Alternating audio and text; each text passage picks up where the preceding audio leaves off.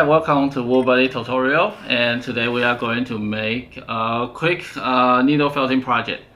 So the quickest one we found is to make a little sushi. So sushi is my favorite. So all you need is some material. Today we have white, orange, and black, and also a felting mat and a needle, and that's it. So let's get started. Grab some white wool, handful, and then just roll it up. So this is the very first step. So you want to roll this as tight as possible, and then put on the soft surface, and then just really gentle poke the fiber down. So what it does is actually the needle push the fiber in so they intertwine. And on this side is still soft, so I can push this in. So you see it start to shrink it down. And here still loose, so I can push this side in.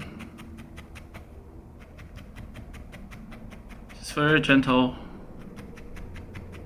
So it's not how fast you poke, it's where you poke it. Alright, so now I have this very basic shape. So now I can start putting different color or putting different parts. We're using some of the orange wool. In the same thing, just roll it up and put it on top, and then just poke the fiber down to lock these two pieces together. And then here. So very simple, very quick. Just poking the fiber. Alright, so now I lock these two pieces together, and I can work on some more details. So now we have the rice and fish. So next is I just need some seaweed.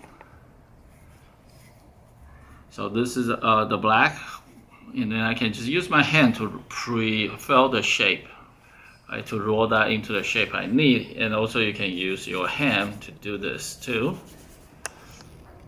And then place here, and then just poke the fiber down, and then I can go a circle around it.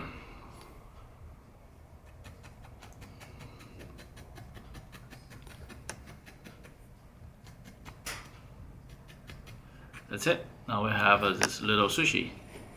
Sushi is ready. Thank you for watching.